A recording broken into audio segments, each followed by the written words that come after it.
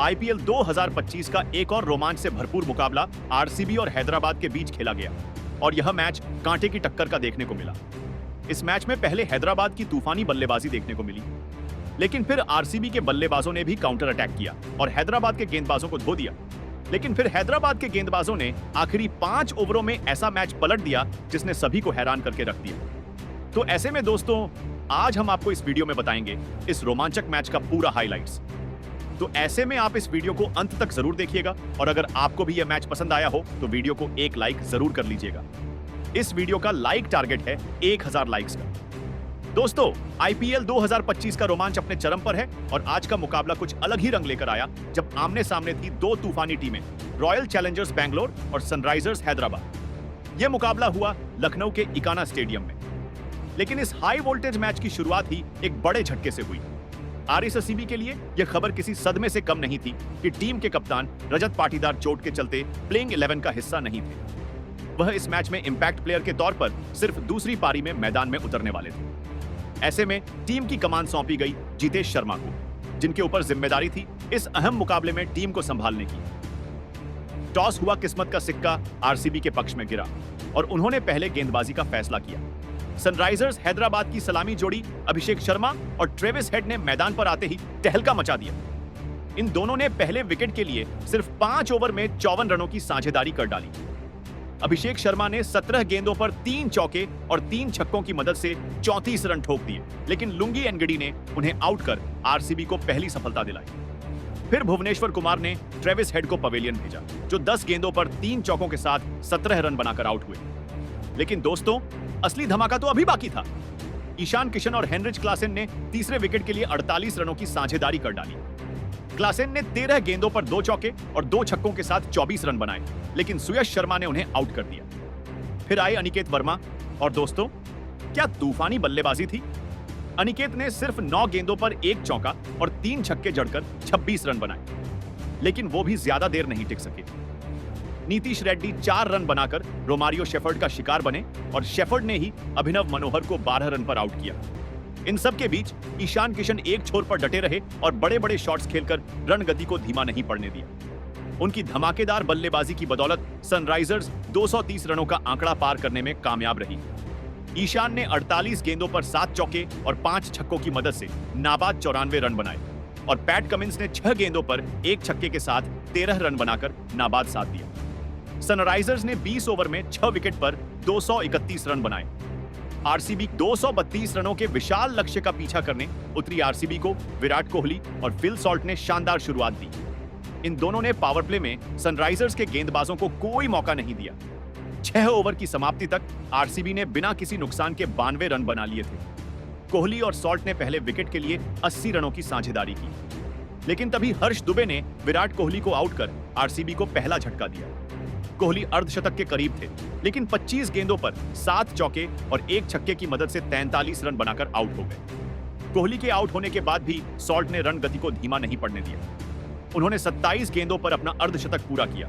यह उनका इस सीजन का तीसरा 50 था और खास बात यह कि तीनों अर्धशतक लक्ष्य का पीछा करते हुए आए हैं। आरसीबी ने 9 ओवर में 100 रन का आंकड़ा पार कर लिया, लेकिन तभी नीतीश रेड्डी ने मयंक अग्रवाल को 11 रन पर आउट कर आरसीबी को दूसरा झटका दिया। फिर आया टर्निंग पॉइंट। पैट कमिंस ने फील सॉल्ट को आउट कर दिया, जो 32 गेंदों पर 4 चौके और 5 छक्कों के साथ 62 रन बनाकर पवेलियन लौटे। यहीं से आरसीबी की पारी लड़खड़ा गई। 15 ओवर की समाप्ति तक आरसीबी ने 3 विकेट पर 167 रन बनाए थे। जीत के लिए 30 गेंदों में 65 रन चाहिए थे, लेकिन सनराइजर्स के गेंदबाजों ने कमाल कर दिया।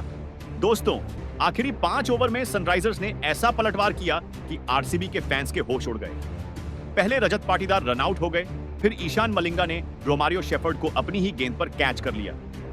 शेफर्ड बिना खाता खोले आउट। जयदेव उनादकट ने जितेश शर्मा को 15 गेंदों पर 24 रन बनाकर आउट किया। मलिंगा ने टिम डेविड को भी आउट कर दिया और फिर पैट कमिंस ने भुवनेश्वर कुमार और कृणाल पांड्या को पवेलियन भेज दिया। कृणाल तो हिट विकेट हो गए। सनराइजर्स की ओर से पैट कमिंस ने 3 विकेट झटके, मलिंगा ने 2 विकेट लिए और जयदेव उनादकट, हर्षल पटेल, हर्ष दुबे और नीतीश रेड्डी को एक एक विकेट मिला। आरसीबी की पूरी टीम 19.5 ओवर में 189 रन पर ऑल आउट हो गई और सनराइजर्स ने 42 रनों से यह मैच जीत लिया। दोस्तों, इस हार ने आरसीबी के फैंस का दिल तोड़ दिया। आरसीबी पहले ही प्ले-ऑफ के लिए क्वालिफाई कर चुकी है, लेकिन इस हार से उसके शीर्ष 2 में जगह मजबूत करने की संभावनाओं को झटका लगा है। आरसीबी की हार से पंजाब किंग्स को तालिका में फायदा पहुंचा है और वह आरसीबी को पीछे छोड़कर दूसरे स्थान पर पहुंच गई है। गुजरात की टीम 13 मैचों में 18 अंक लेकर शीर्ष पर बनी हुई है। पंजाब और आरसीबी दोनों के 17-17 अंक हैं, लेकिन पंजाब के 2 मुकाबले शेष हैं, जबकि आरसीबी को ग्रुप चरण में अब सिर्फ एक ही मैच खेलना है। मुंबई इंडियंस की टीम 13 मैचों में 16 अंक लेकर चौथे स्थान पर बनी हुई है। तो दोस्तों, आपके हिसाब से हैदराबाद की इस शानदार जीत का असली हीरो कौन था और आरसीबी की इस हार की सबसे बड़ी वजह क्या रही? अपनी राय हमें कमेंट्स में जरूर बताइए। दोस्तों, लखनऊ के अटल बिहारी वाजपेयी इकाना स्टेडियम में आईपीएल 2025 का एक और रोंगटे खड़े कर देने वाला मुकाबला देखने को मिला। इस महामुकाबले में आईपीएल इतिहास की 2 खतरनाक टीमें रॉयल चैलेंजर बेंगलुरु और सनराइजर्स हैदराबाद आमने सामने थी। करोड़ों क्रिकेट प्रेमियों को इस मैच का बेसब्री से इंतजार था। पूरा स्टेडियम दर्शकों से खचाखच भरा हुआ था। दोस्तों, आपकी जानकारी के लिए बता दें कि एक तरफ बेंगलुरु की टीम थी जो कि प्ले-ऑफ में पहुंच चुकी है, वहीं दूसरी तरफ सनराइजर्स हैदराबाद की टीम बहुत पहले प्ले-ऑफ से पूरी तरीके से बाहर हो चुकी है। आपको यह भी बताते चलें कि बेंगलुरु के कप्तान रजत पाटीदार किसी वजह से आज मैच से बाहर थे, इसलिए बेंगलुरु की कप्तानी विकेटकीपर बल्लेबाज जितेश शर्मा कर रहे थे। इस मैच में सिक्का उछाला गया तो टॉस जीतकर जितेश शर्मा ने गेंदबाजी करने का फैसला किया। वहीं हैदराबाद की टीम को उन्होंने बल्लेबाजी करने के लिए आमंत्रित किया। हैदराबाद के लिए एक अच्छी खबर यह थी कि उनके तूफानी बल्लेबाज ट्रेविस हेड टीम के साथ जुड़ चुके थे। हैदराबाद की तरफ से बल्लेबाजी की शुरुआत करने के लिए अभिषेक शर्मा के साथ ट्रेविस हेड की खतरनाक जोड़ी मैदान पर उतरी। वहीं बेंगलुरु की तरफ से पहले ओवर में गेंदबाजी करने के लिए आए तेज गेंदबाज यश दयाल का स्वागत ट्रेविस हेड ने दूसरी गेंद पर चौका लगाकर किया और चौके के साथ अपनी टीम का खाता खोला। लेकिन इसके बाद की 4 गेंदों पर दोनों बल्लेबाज मिलकर 3 रन ही जोड़ सके। इस तरीके से पहले ओवर में सनराइजर्स हैदराबाद का स्कोर 8 रन ही बन पाया। बेंगलुरु के कप्तान जितेश शर्मा ने दूसरे ओवर में गेंदबाजी करने के लिए भुवनेश्वर कुमार को भेज दिया, लेकिन अभिषेक शर्मा और ट्रेविस हेड ने मिलकर उनकी जमकर कुटाई कर दी। दूसरे ओवर की पहली गेंद पर हेड ने अपने अंदाज में ऑफ साइड की दिशा में खतरनाक चौका लगाकर उनका स्वागत किया। फिर दूसरी गेंद पर उन्होंने दौड़कर 2 रन पूरे कर लिए और स्ट्राइक अपने पास ही रखा। तीसरी गेंद पर उनको सिंगल ही मिल पाया और अब स्ट्राइक पर आ चुके थे अभिषेक शर्मा। स्ट्राइक पर आते ही अभिषेक शर्मा ने जबरदस्त चौका लगाकर चौके के साथ अपना खाता खोला। फिर अगली गेंद पर गगनचुंबी छक्का लगाकर हैदराबाद के स्कोर को रॉकेट की रफ्तार से आगे बढ़ाया। अंतिम गेंद पर उन्होंने दौड़कर 1 रन बटोर लिए। भुवनेश्वर कुमार का यह ओवर बेंगलुरु की टीम के लिए काफी महंगा साबित हुआ। उन्होंने दूसरे ओवर में 18 रन लुटा दिए। 2 ओवर की समाप्ति के बाद सनराइजर्स हैदराबाद का स्कोर बिना किसी विकेट के नुकसान पर 26 रनों तक पहुंच गया था।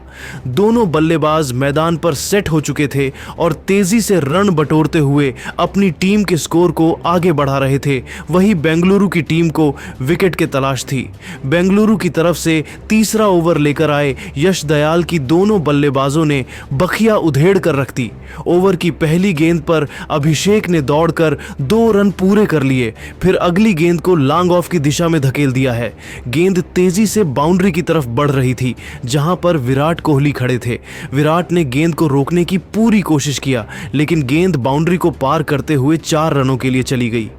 अगली 2 गेंद पर यश दयाल ने अभिषेक को चकमा दे दिया। तभी चौथी गेंद पर लेग साइड की दिशा में सनसनाता हुआ छक्का लगाकर अभिषेक ने यश दयाल को घुटने टेकने के लिए मजबूर कर दिया। दोनों बल्लेबाजों ने मिलकर तीसरे ओवर में 13 रन जोड़ लिए और हैदराबाद के स्कोर को 39 रनों तक पहुंचा दिया। हैदराबाद की शुरुआत बेहद ही शानदार हो चुकी थी। दोनों बल्लेबाज मिलकर चौकों और छक्कों की बारिश कर रहे थे। दूसरी तरफ बेंगलुरु की टीम लगातार विकेट की तलाश में थी। चौथे ओवर में बेंगलुरु की गेंदबाजी में बदलाव देखने को मिला और इस बार जितेश शर्मा ने विकेट की तलाश में गेंदबाजी करने के लिए लुंगी एंगिडी के हाथों में गेंद को थमा दिया। लेकिन ट्रेविस हेड ने पहले ही गेंद पर चौका लगाकर अपने इरादे साफ कर दे। फिर दूसरी गेंद पर सिंगल लेकर स्ट्राइक अभिषेक शर्मा को दे दिया। स्ट्राइक पर आते ही अभिषेक ने 99 मीटर का लंबा छक्का लगाकर हैदराबाद के स्कोर को तेजी से आगे बढ़ाया। फिर 5वीं गेंद को चौके में तब्दील कर एंगिडी को खून के आंसू रोने के लिए मजबूर कर दिया। इसके बावजूद एंगिडी ने हिम्मत नहीं हारा और जबरदस्त वापसी करते हुए जाते जाते चौथे ओवर की अंतिम गेंद पर अभिषेक शर्मा को फिलिप साल्ट के हाथों कैच पकड़वाकर उनको पवेलियन का रास्ता दिखा दिया। इस तरीके से अभिषेक की तूफानी पारी का अंत हुआ और बेंगलुरु को पहली सफलता मिल गई। अभिषेक 17 गेंदों पर 3 चौकों और इतने ही गगनचुंबी छक्कों की सहायता से 34 रन बनाकर वापस लौट गए। 4 ओवर की समाप्ति के बाद हैदराबाद का स्कोर 1 विकेट के नुकसान पर 54 रनों तक पहुंच गया था। अभिषेक का विकेट गिरने के बाद ट्रेविस हेड का साथ देने के लिए मैदान पर उतरे ईशान किशन वहीं 5वें ओवर में बेंगलुरु की तरफ से गेंदबाजी करने के लिए आए भुवनेश्वर कुमार ने